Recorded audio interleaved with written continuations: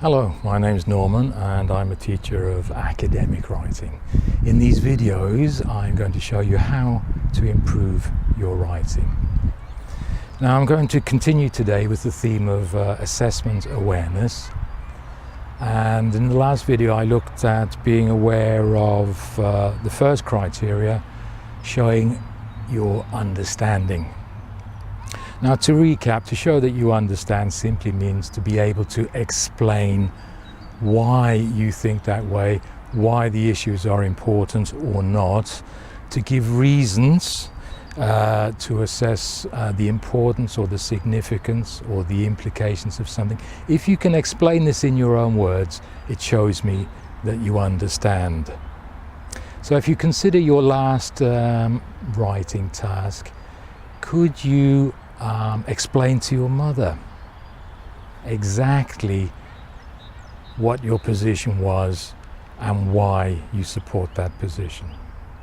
If you can do that, you can then move on to the next stage of showing you understand by looking for relationships, by looking for connections between ideas, comparisons, contrasts, combining things together to make new ideas. So this shows me you understand. Now, moving on, let's look at the second criteria, independent thinking. Well, simply independent thinking is being able to think for yourself. At university, you'll hear many opinions and you'll read many books.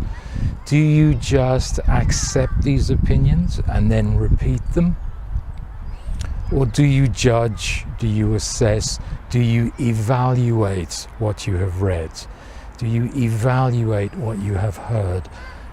Now, evaluate just simply means you judge the material, you judge the ideas, you judge the information. Is it good? Is it correct? Is it sufficient? Is it up to date? So independent thinking just means that you ask questions about the materials, you ask questions about the ideas. You don't just accept and conform to the ideas that you have been taught. So in order to show independent thinking, you need to reflect on yourself as well as on the materials that you have been taught. Is it true? Why? Why not? Is the evidence enough? Is the evidence strong? Are there gaps in the knowledge? Are there weaknesses? Are there situations that don't apply? So basically, you need to ask these questions about your own work, as well as the work, as well as other people's work.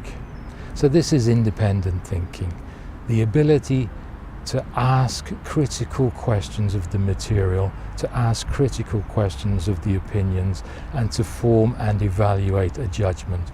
So conforming is not an option. You need to show that you have thought about, that you have judged, and you have assessed the material. Now, generally, critical thinking, people often consider it to be rather negative and looking for faults and looking for complaints. Well, there's a positive side too, and that side is reflecting on your own work. Have you given enough support? Is your support strong enough? Have you convinced the reader of your position? So by asking questions, reflective questions, you show me that you are an independent thinker. So, homework again. Check your last piece of writing. Have you demonstrated any ability to assess or to evaluate the materials you've learned or the books you've read? Check. If you haven't done that, consider how could you improve your evaluation.